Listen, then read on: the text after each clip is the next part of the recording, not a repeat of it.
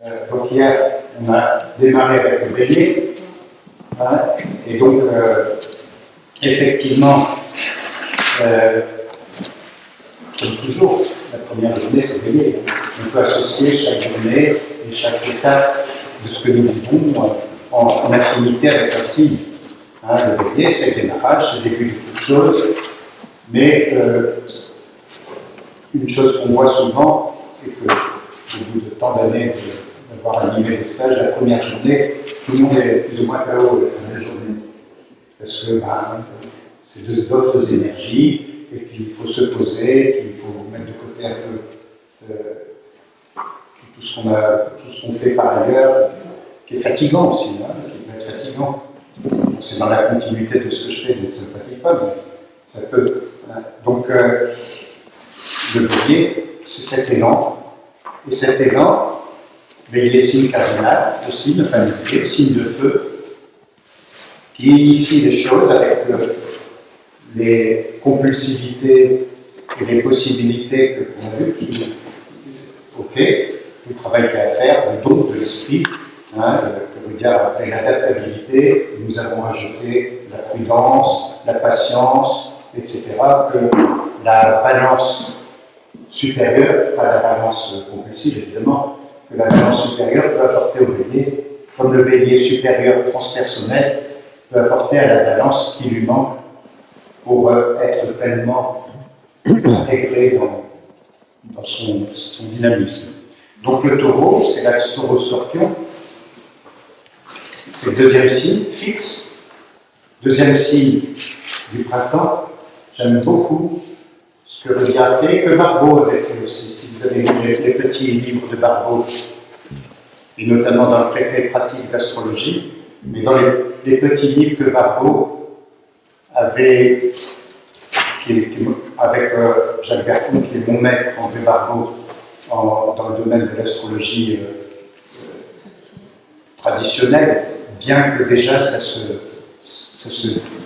le travail qu'a fait Barbeau est au-delà de l'astrologie traditionnelle, il intègre la psychanalyse, il intègre des choses. J'ai eu de longues discussions avec Barbeau, que j'ai mis sur Internet d'ailleurs, je crois.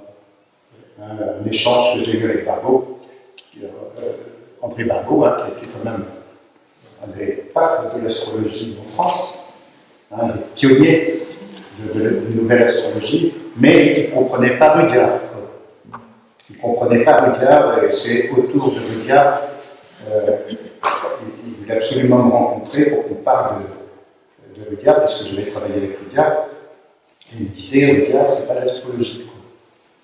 Alors je lui ai démontré que le travail que je faisais, moi, à la suite de Rudyard, c'est l'astrologie aussi, quand même. Et quand il a su que j'avais été travailler avec Berton, et qu'il avait été mon initiateur à travers ses livres, là il s'est dit, bon, ok, ça prend une autre dimension. Mais bon, lui il trouve Rudyard un peu trop fumeux. Hein? Je dis, je dis à Barbeau, je dis peut-être qu'il y a un pas que vous n'avez pas encore franchi. Puisque ça va encore plus loin que l'astrologie. Donc, néanmoins, dans l'astrologie traditionnelle, les livres de Barbeau sont importants parce qu'il faut avoir ces bases-là et, par exemple, se rappeler que le taureau est un signe cardinal, que c'est un signe de printemps, donc du milieu du printemps. Un signe fixe. Un signe fixe, ouais. Non, je parlais bélier cardinal, taureau fixe, hein, parce que quand je suis parti, des fois. C'est pour ça que tu donc le taureau signe fixe, les choses s'installent dans la nature. La beauté, tout ça, hein, c'est le printemps, voilà, c'est une en quelque sorte. Et donc, de ce fait, le taureau, son défi, Rudyard nous dit, c'est l'attachement. Hein, c'est bien ce qu'il nous dit. L'attachement. Pourquoi? Parce que le signe du taureau est le signe de la terre, de la belle terre, hein, du printemps. Et le détachement. Le détachement. Oui, c'est ça. C'est qui est attaché. Oui, oui. C'est de se détacher. Vous avez remarqué, et là, j'essaye aussi à travers ce que je partage avec vous, c'est le fruit de la vie, quoi. Pas uniquement les théories, C'est comment j'ai vu les gens qui étaient marqués, principalement en l'occurrence par le taureau. Ma mère, elle était taureau, 5 planètes en taureau, ascendant Capricorne. Saturne, la lune en Capricorne, l'ascendant, et Saturne à l'opposé, angulaire aussi le descendant, donc Capricorne, taureau. Par exemple, quand j'ai tout laissé tomber, j'étais en doctorat de sciences politiques, j'ai tout laissé tomber pour me consacrer à mes petits boulots à droite à gauche et faire de l'astrologie et tout ça. Il m'a dit, mais t'as pensé à ta retraite? Elle était parce que maintenant que j'y suis, c'est des copinettes. Surtout que j'ai beaucoup voyagé, tout ça, donc j'ai pas cotisé beaucoup. Mais quand on est sur un autre plan, on devrait être pris en charge aussi par la Sécu. Parce qu'on travaille pour la collectivité aussi. Bon. Va leur expliquer ça. Tu vois, c'est la discussion qu'on avait ce matin. En fait, quand tu ne veux pas participer au système, tu veux juste vivre et être avec le père, il n'y a pas forcément un arbre à piller dans lequel tu vas cueillir au fond du jardin pour que tes enfants y mangent. Hein. Voilà. C'est compliqué, quoi. Voilà. Ceci dit, les bénéfices qu'on en retire de faire ce qui nous plaît, de ce qu'on aime, et d'être en accord avec notre moi profond, tout ce dont on a besoin de ces données, comme Jésus nous a dit, de toute façon, comme les maîtres nous disent, effectivement, je suis obligé de continuer à bosser, mais en même temps, je ne vois pas comment je m'arrêterai. Mais pourquoi? Parce que ayant le honneur en taureau, mon père était taureau aussi, ascendant Lion, des gens très dans la matière d'un côté, mais pas uniquement, parce que c'était autre chose aussi, comme on est tous complexes. C'est pas par hasard s'ils avaient leur soleil sur mon honneur taureau en maison 2. Donc, maintenant, quand j'y pense, je suis très ému, très touché, mais il m'a fallu 50 ans pour me libérer de ce que je pouvais leur reprocher. Parce que ma mère, elle est taureau, one way, fixe, très attachée. Elle était attachée à l'argent, mais pas attachée à l'argent en réalité. C'était une femme assez évoluée, qui était malgré tout très généreuse. Mais tous les deux étaient le fruit d'un effort. Il fallait faire l'effort. Moi, quand j'étais dans mes bouquins et tout ça, c'est pas le langage qu'elle utilisait, elle trouvait que je demandais.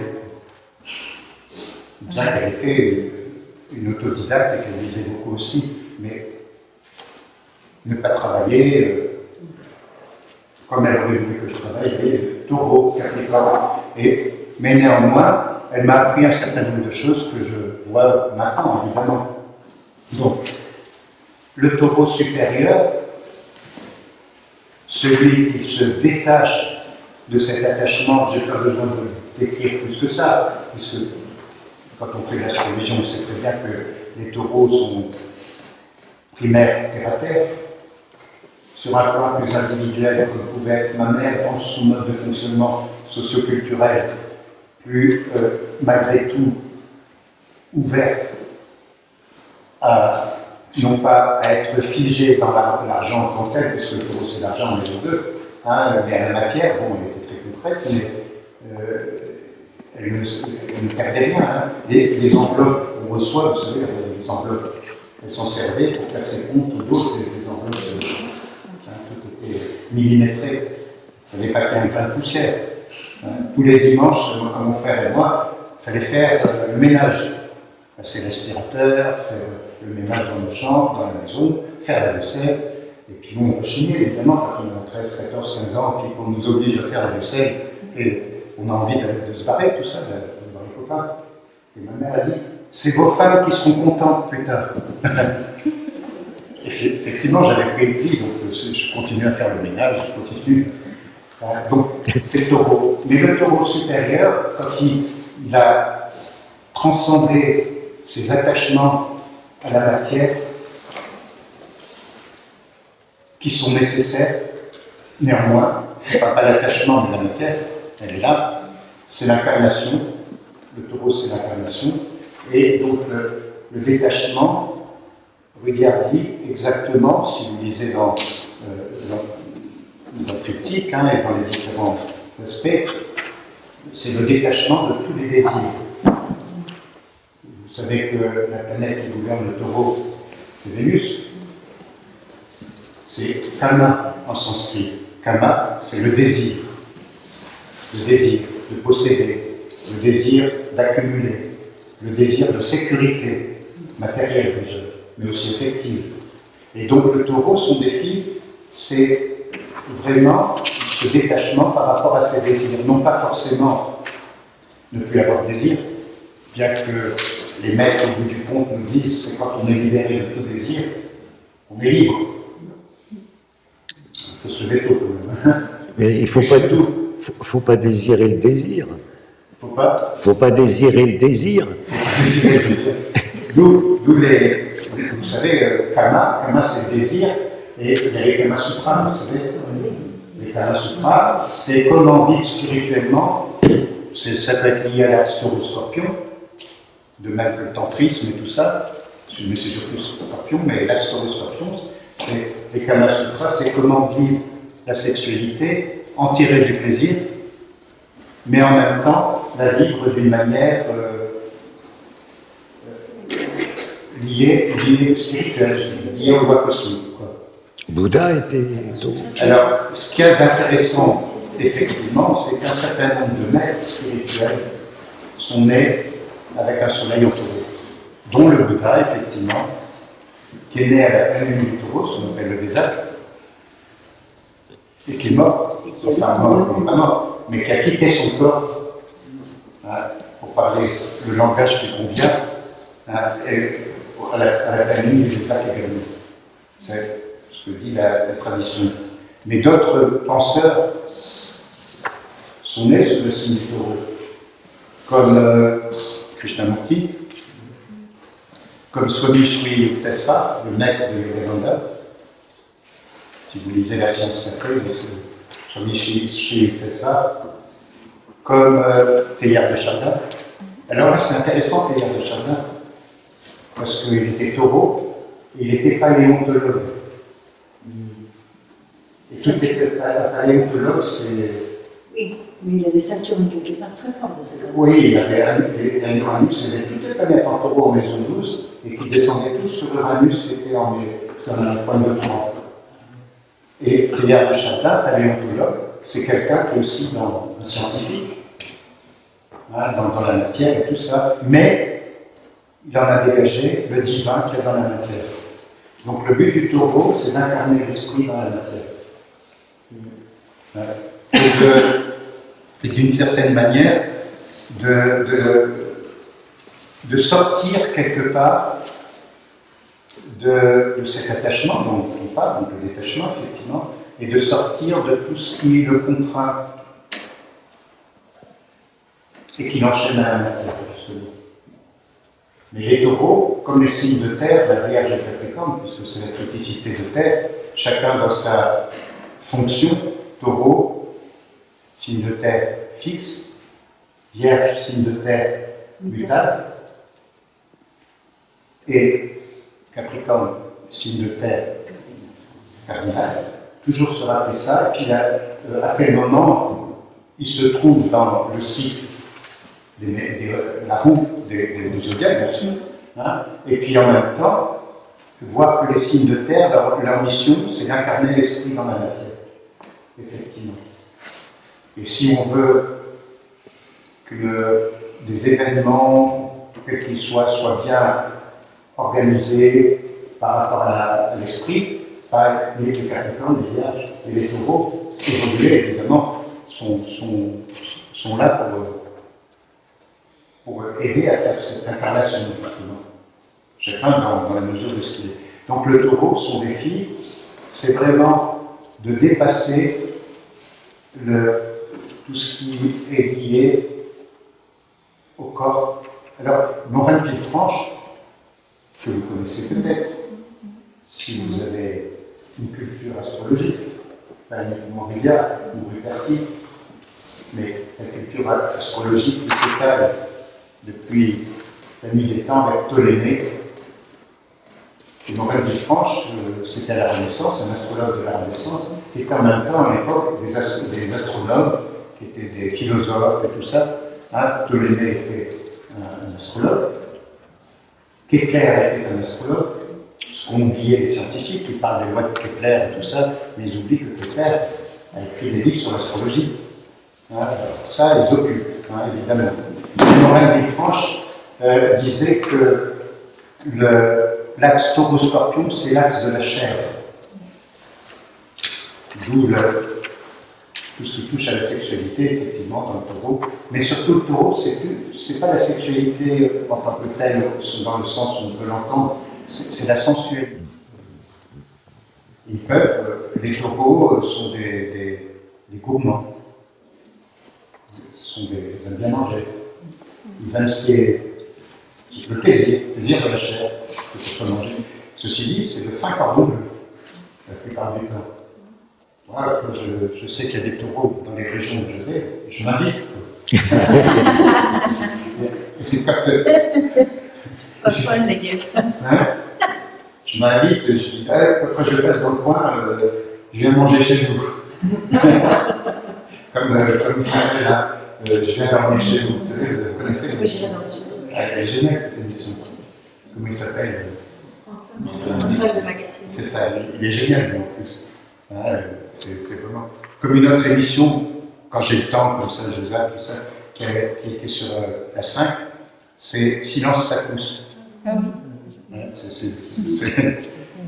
Ils sont géniaux, tous ces gens-là. Nous, on parle de spiritualité, tout ça, mais vous voulez voir du taureau, regardez Silence, ça pousse.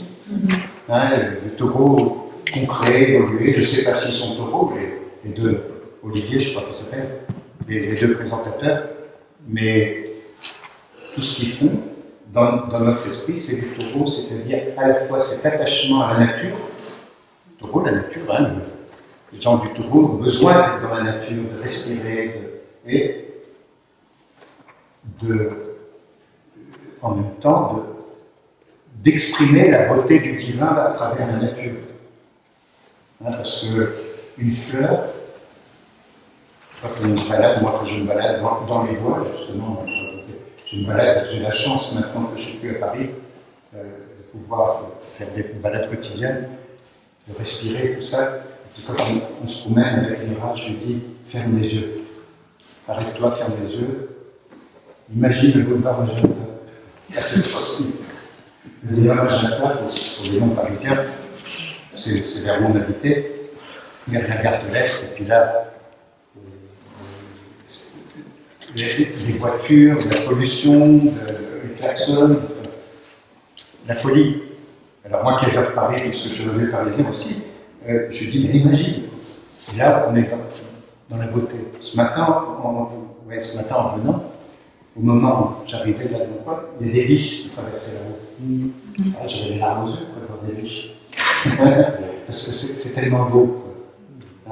Et donc, ça c'est le taureau. Je me dis, tiens, mon honneur taureau, il y a Uranus qui est pile dessus en ce moment. Donc, je me dis, mon honneur taureau, quand même, est-ce que j'y arrive en fait? Est-ce que j'arrive à cette sérénité du taureau supérieur? Puisque quand on regarde le nord, il ne faut pas le regarder en termes négatifs, du taureau compulsif, mais du taureau, et pour c'est vrai pour chaque signe, du taureau transpersonnel. Parce qu'autrement, ça n'aurait aucun sens de passer de Carré dans Sinac, du nœud sud au nœud nord. Et si on cherche dans le nœud nord des choses qui nous rattachent encore à l'ego, eh bien, c'est tombé le Carré dans Sinac. Mais le taureau, je dis toujours, quand je me dis, mais qu'est-ce que c'est un taureau pour moi? Taureau supérieur. Là, je dis, c'est une vache dans les plaies qui doit passer un coup. Comme ça, les vaches dans un pré qui regardent passer des trains. Ne se pose pas de questions. Et elle est bien ancrée dans la matière. Qui c'est qui a du taureau pour ce thème? Vénus en taureau. Pas mal? Vénus en taureau. Vénus, oui, Vénus. Vénus, Mon honneur. le nœud S'il avait été sur le dessus, ça serait passé autrement. Voilà, exactement, c'est ça. Et c'est pour une prochaine. Ouais. T'inquiète. Alors, Vénus en taureau. Oui. Dans le souci. L'attachement, c'est quoi? Bon, elle est bien placée, hein, de toute façon. Mais néanmoins, c'est pas parce qu'elle est bien placée que. J'adore la nature. Je suis attachée à l'écologie, à la nature, à tout ce qui est vrai, sain, basique. Mais pendant des années, j'ai accumulé des affaires, des meubles très sentimentales par rapport à ça, c'était papa, maman, grand-mère, j'ai récupéré depuis la Grèce tout ce que j'ai pu récupérer pour le ramener chez moi. Ça n'avait pas du tout des lustres énormes dans un appartement comme là. Et au fur et à mesure, je bazarde. C'est aussi l'attachement à une Vénus en taureau. C'est ça, le désir d'être aimé et d'aimer. Oui, là, elle joue un rôle important, bien sûr, avec Vénus, de toute façon. Et ma problématique pendant des années, c'était l'affectif. J'ai eu des hauts et des bas et des hauts, plongé dans une misère affective, dans un attachement affectif terrible, mais c'est l'attachement affectif. Voilà. Et j'ai pris les claques, les énormes claques. Donc, c'est détaché, laisser tomber, avancer. Pourtant, on dit que Vénus en taureau, elle est jalouse, elle est possessive, mais pas du tout, je suis ni jalouse ni possessive. C'est parce que la dot, ça serait. Voilà, c'est ça. Parce qu'il y a tout le côté Gémeaux. Oui, il y a le côté Gémeaux aussi. Parce qu'il faut inscrire chaque planète dans le contexte global du thème, évidemment, qui va nuancer ce qu'on peut dire ponctuellement sur une planète en tant que telle. Si on n'insère pas la planète dans le contexte global, on risque de faire ce qu'on appelle le coup de boucle. C'est ça. Donc ce que tu dis, c'est juste, mais toi tu dis, je ne suis pas attaché. Non. Oui, Voilà, c'est ce que j'ai compris. C'est-à-dire, je me suis rendu compte que, ok, pas jalouse, pas possessive, pas fusionnelle. Mais le jour, parce que je me l'orgueillais pendant des années en disant, moi je les ai tous quittés, le jour où une personne que je croyais tenir, pas tellement que ça, est partie, là, je suis devenue une autre. Et ça m'a pris des années pour pouvoir me remettre sur pied. Parce que je courais derrière, je me suis rendu compte que j'étais très jalouse, que j'étais très possessive, que j'étais très fusionnelle. Et je me suis trouvée dans une situation où je ne me reconnaissais pas.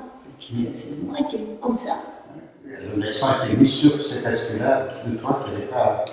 Voilà. Et donc j'ai travaillé pendant des années, j'ai travaillé là-dessus pour me libérer. C'était difficile. Je suis revenue dans la psychanalyse pour pouvoir me retrouver, comprendre ce qui m'arrivait, relativiser et laisser tomber, et comprendre que c'était.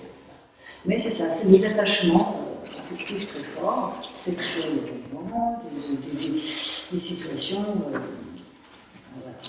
Ok. Et je suis la fédologie aussi, hein, n'est-ce pas?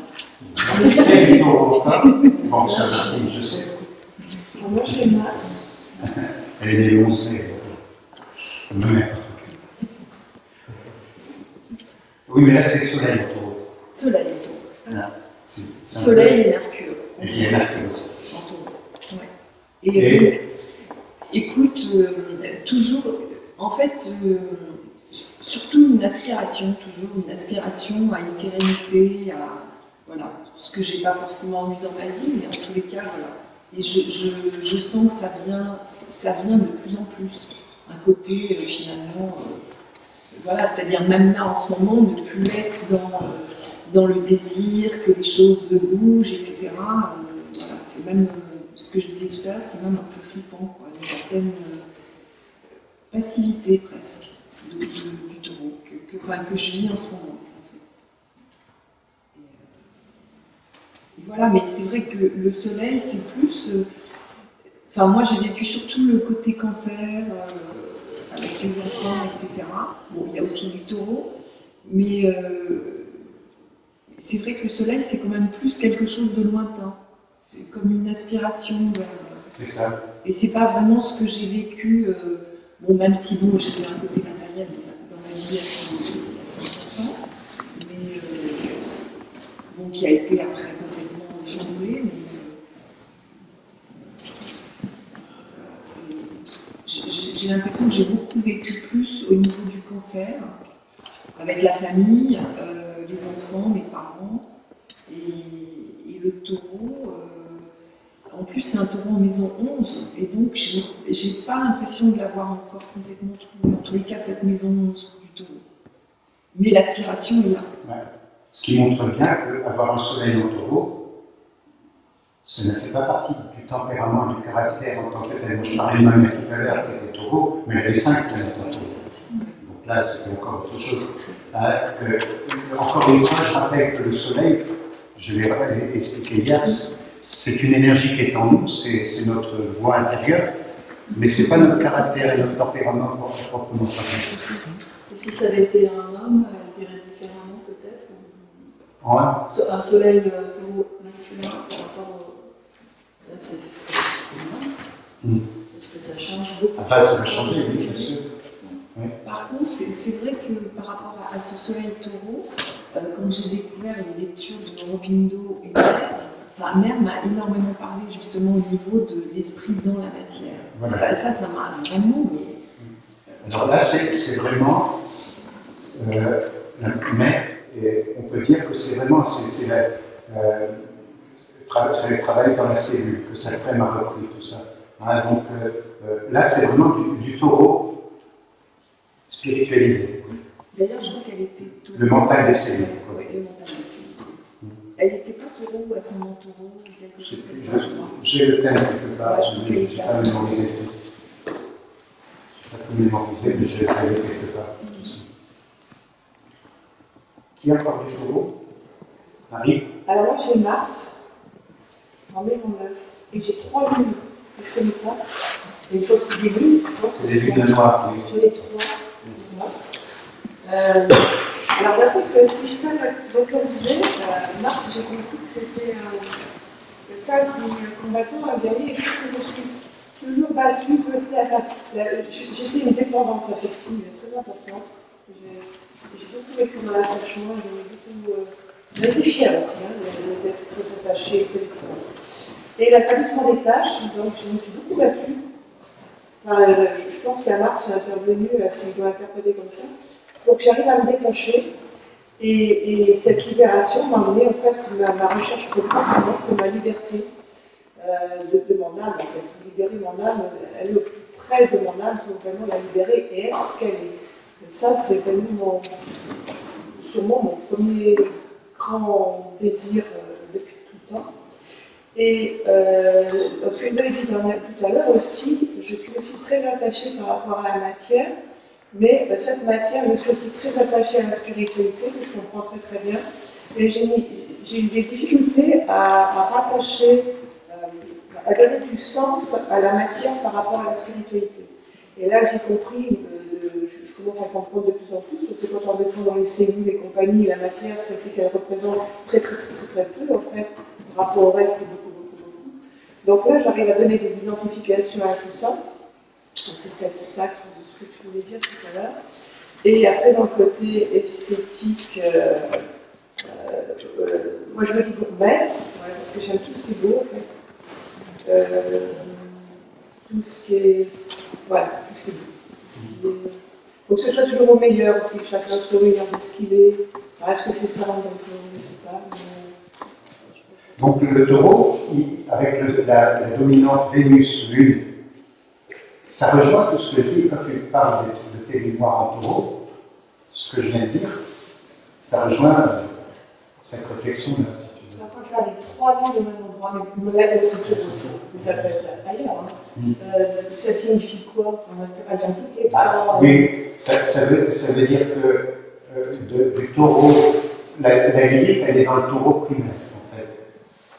Mais c'est la quête de l'absolu, de toute façon, la mémoire. Et donc elle est dans le taureau primaire, et donc elle doit se Lilith, l'ange imaginaire, ça rejoint Lilith, parce que vous savez que Lilith était la première femme d'Adam. Et elle n'est pas sortie de la côte d'Adam. Bon, Annick Souzenel a bien expliqué tout ça. Elle n'est pas sortie, elle était l'égale d'Adam. Mais Adam, je ne sais pas pourquoi, on peut le dire comme ça, et qui était un peu macho sur les bords, il est allé voir Dieu et il dit non, ça ne va pas, je veux quelqu'un qui soit à ma dévotion. C'est ma manière d'expliquer, évidemment. Et donc, elle serait sortie de la côte d'Adam, mais d'après les traductions plus récentes, elle non plus, elle n'était pas sortie de la côte d'Adam, elle était à côté d'Adam, le dit Annick de Souzenel, elle était à côté d'Adam. Donc ça modifie un peu la problématique. Néanmoins, Lilith, comme elle est arrivée, Lilith s'est barrée avec le dieu de... Saturne. Avec Ismaël. Samaël. Ouais, je dis toujours que je suis Samuel, je fais Samaël. Mais avec Samaël, on rentre dans la mythologie qui est sous-jacente à tout notre travail. Et Lilith, quand elle se transmute, quand elle se transcende, et qu'elle devient pure, elle devient la licorne. La licorne, c'est le symbole de pureté. Donc c'est la femme spirituelle. Donc c'est dans le taureau. Ça, c'est tout un travail à voir aussi par rapport à ça. Donc taureau. Gémeaux. Ou vous voulez faire une petite pause? Moi, j'ai juste une question que j'ai. Oui. Quand la lune avant la naissance, Oui. on est dans les D'accord. je l'ai un peu. Tu l'as coupé. Excuse-moi, mais... Un chiron en signe, mais là on parle du taureau. Ça serait quoi? Alors, oui, Chiron en taureau, c'est aussi. Excuse-moi. Oui, j'ai pas entendu quelle était. Le Chiron, ça va jouer aussi dans le sens du taureau, mais suivant la signification que Chiron peut apporter. Et Chiron, c'était le centaure, et comme on dit d'habitude, vous savez, sans reproche, évidemment, centaure évolué. C'était le maître et le demi-frère de Jupiter, le maître de beaucoup dans l'Antiquité, de grandes figures, de grands héros de l'Antiquité, Thésée, Esculape, et bien d'autres. C'était l'enseignant. C'était l'enseignant. C'était l'enseignant, C'est celui Dieu des huit dieux, fils des rois, l'initiateur de Donc, c'est pour ça que les personnes qui ont un chiron important dans leur thème, que ce chiron, il faut qu'il soit conjoint à une planète individuelle ou angulaire, toujours pareil comme ce qu'on appelle les règles pas de dominication, des règles de valorisation. Dominante, valorisation. Les règles de la domination. Donc, un chiron important, dans le thème, qu'on va règle pour Soleil, pour voir Mercure, tout ça, donne des personnes qui sont par nature des enseignants. Dans un domaine ou un autre, dans leur domaine. Quand j'ai chiron, on voit mon dessus, je suis enseignant. Et à l'ascendant aussi, tu donnerais? À l'ascendant, oui, ça donne des tendances à l'enseignement, puisque c'est lié à Jupiter. Donc le taureau, chiron en taureau, c'est enseigné dans le domaine de la matière. Et on dit toujours que, comme l'ont démontré les scientifiques maintenant, que le taureau et la Terre, ce n'est que de l'énergie. C'est des particules en fait. Yogananda écrit des belles choses. Pourtant, Yogananda ne connaissait pas encore la physique quantique. Mais dans la physique quantique, on dit bien que la matière, ce n'est que de l'esprit. Einstein l'avait dit déjà. Einstein était poisson. Tu voulais dire quelque chose, Jessica? Non, c'est pas. Oui, je voudrais rebondir là-dessus. Tu veux qu'il me... Non, mais. Vas-y. Moi j'ai Saturne.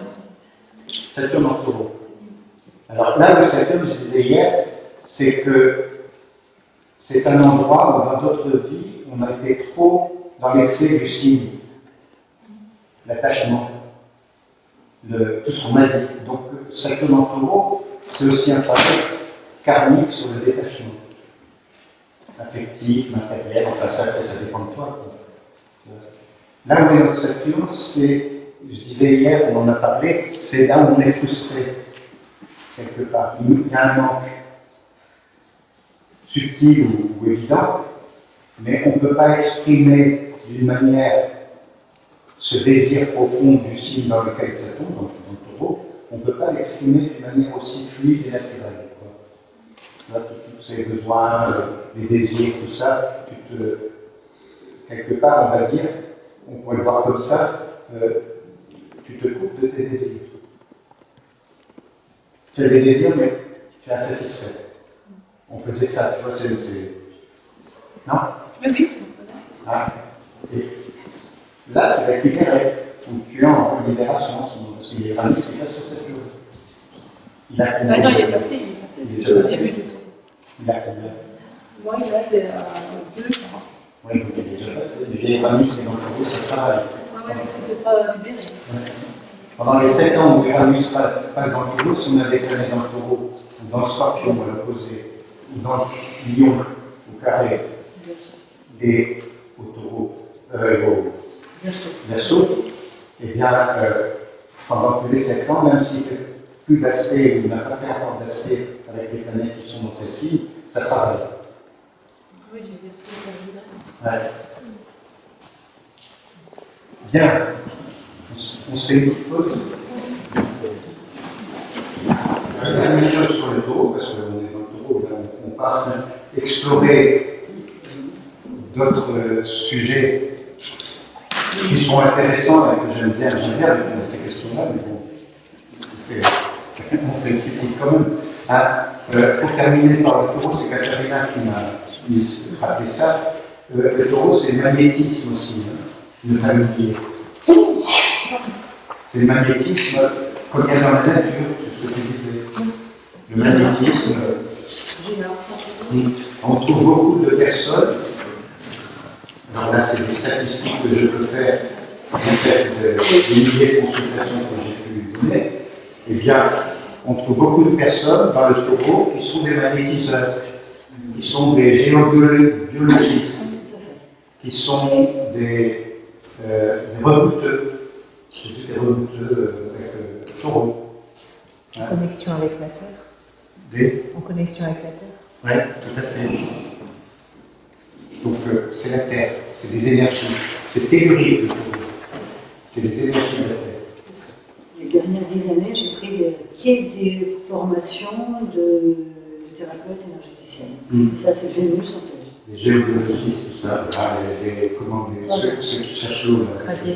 Les sourciers. Les sourciers. Les sourciers, ouais. On trouve beaucoup de taureaux, enfin, beaucoup de planètes.